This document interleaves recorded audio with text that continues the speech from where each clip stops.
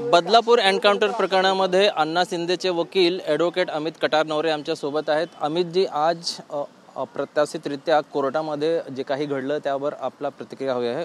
माझा प्रश्न आहे की अण्णा शिंदे आणि त्यांची जी पत्नी आहे त्यांनी हा केस पुढे नेण्यास नकार दिलेला आहे. काय कारण असू शकतो तुमच्या मते? त्याचं कारण नकार देण्याचं, आता परिस्थिती समजून घ्या, सगळं काही प्रॉपरली अक्षयला न्याय मिळण्याच्या बाजूने प्रक्रिया सुरू होती आणि त्यावेळेसच ते बॅकफूटला येत आहेत. तर याच्यामध्ये पुढे धोका कुणाला असू शकतो?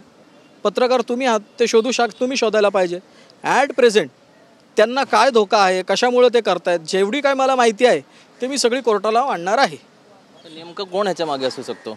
असू शक्यता ज्या आहेत ना, याच्यामध्ये खूप काय एक मुन्ना वगैरे असू शकतो. जसे धस म्हणतात ना, थोडंसं थांबा, याच्यातले पण थोडे एक दुवे बाहेर येतील.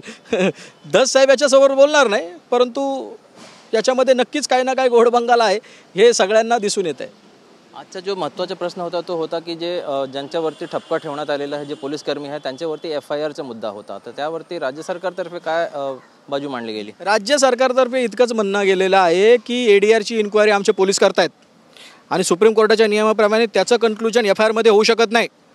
त्यांचं म्हणणं आहे की अक्षय शिंदेच्या विरोधात आमचा तपास चालू आहे, ज्यांनी मर्डर केला आहे, अटेम्प्ट टू मर्डर केला आहे, आणि त्याचं जे आता तपास चालू आहे त्या तपासाच्या संदर्भामध्ये कुठल्याही पद्धतीने आता ते तपास चालू आहे आणि आम्हाला हे रिपोर्ट पाहिजे, ते रिपोर्ट पाहिजे. आमचा प्रश्न इतकाच होता, तपास पूर्ण करून ट्रायल कुणाच्या विरोधात चालवणार? मेलेल्या माणसाच्या विरोधात? हा प्रश्न एक साधा उपस्थित केलेला आहे. तर एकंदरीत त्या मॅजिस्ट्रेट साहेबांनी जो रिपोर्ट बनवला आहे त्या रिपोर्टला काही महत्त्व आहे की नाही, त्याच्यावर गुन्हा दाखल होणार की नाही, हे प्रश्न आम्ही कोर्टासमोर उपस्थित केले. त्याचं उत्तर आता ऑर्डरमध्ये कळेल. उद्या ठेवलं मॅटर. उद्या काय अपेक्षित आहे? एक लक्षात घ्या, आपण लास्ट हिअरिंगला पाहिलं, काय पाहिलं की पहिला वकील नको असं त्यांच्याकडून खोटं लिहून घेतलं, वकील चेंज करायला दबाव वाटला. नंतर त्यांनी स्वतः सांगितलं की आमची सही आहे परंतु आमचं म्हणणं नाही आहे वकील साहेब चेंज करायचे. पण एक गोष्ट लक्षात ठेवा, मी ज्या वर्गातून येतो तिथे पाणी पिण्याच्या अधिकारासाठी पण ह्या हायकोर्टापर्यंत 10 वर्ष महाडच्या मुक्तीसंग्रामच्या पद्धतीने संघर्ष करावा लागलेला आहे. संघर्ष आमच्यासाठी नवी नाही आहे. आता ही नवी लढाईची सुरुवात होणार आहे, एवढंच मी या क्षणीला सांगू शकतो. तर हे होते ॲडव्होकेट अमित कटारनवरे. यांचं असं म्हणणं आहे की या प्रकरणामध्ये उद्या हायकोर्टात सुनावणी आहे. उद्या हायकोर्ट काय निर्णय देणार आहे याकडे सर्वांचा लक्ष लागला आहे.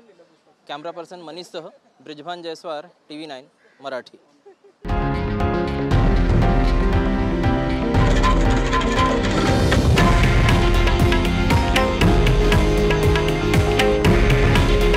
हे आहे देशातील नंबर 1 न्यूज नेटवर्क आणि आपण पाहत आहात TV9 मराठी. काळजी तुमची, हित महाराष्ट्राचं.